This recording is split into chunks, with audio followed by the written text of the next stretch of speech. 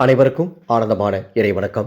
ஆன்மீக சிவசொந்தங்களே, கால பைரவரின் பரிபூர்ணமான அருள் கிடைக்க, காலமெல்லாம் நீங்கள் நிம்மதியாய் பாதுகாப்பாய் வாழ 7/7/2026 வீட்டில் இப்படி தீபமேற்றுங்கள்.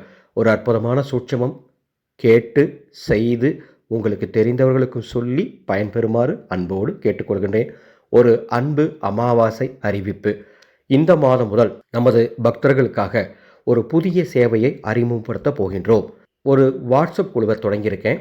அமாவாசை குலதெய்வ வழிபாட்டு வாட்ஸ்அப் குழு. அந்த குழுவுக்கு அனுமதி இலவசம். இந்த வீடியோக்கு கீழே டிஸ்கிரிப்ஷன் பாக்ஸில் அந்த வாட்ஸ்அப் குரூப்போட லிங்க் கொடுத்துருக்கேன்.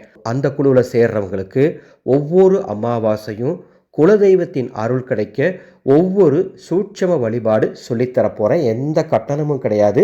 அதே மாதிரி அமாவாசை அன்று நாங்கள் நடத்தும் அதர்வண வேத யாகத்தில் வைத்து பூஜிக்கப்பட்ட பிரசாதமும் இலவசமாக தரப்போகிறேன் ஒவ்வொரு மாதமும். சரிங்களா? எந்த கட்டணமும் கிடையாது. விருப்பப்படுறவங்க கீழே லிங்க் கொடுத்துருக்கேன் டிஸ்கிரிப்ஷன் பாக்ஸில், நீங்கள் சேர்ந்துக்கோங்க. உங்களுக்கு தெரிஞ்ச எத்தனை பேர்னாலும் அந்த குழுவில் சேர்த்து விடுங்க. எல்லாருக்கும் இலவச சேவை தான். குலதெய்வத்தோட அருள் கிடைக்க. சரிங்களா? 7/7/2026 செவ்வாய்க்கிழமை வரக்கூடிய தேய்பிறை அஷ்டமி.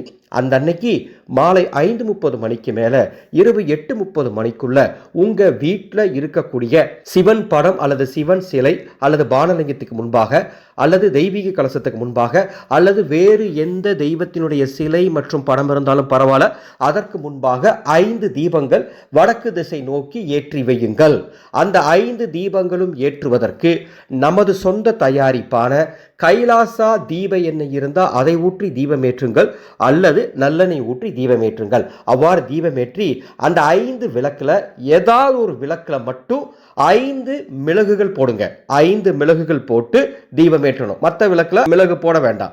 அவ்வாறு தீபமேற்றி ஏதாவது பால் சார்ந்த உணவு நெய்வேத்தியமாக படைச்சு ஓம் கால பைரவாய சரணம் சரணம் இந்த அற்புத மந்திரத்தை 108 முறை சொல்லி காலபைரவரை கூப்பிடுங்க. நிச்சயமா உங்க குடும்பத்துக்கு நல்லது நடக்கும். இந்த செய்தியை உங்களுக்கு தெரிஞ்ச அத்தனை பேருக்கும் பகிர்ந்துக்கோங்க.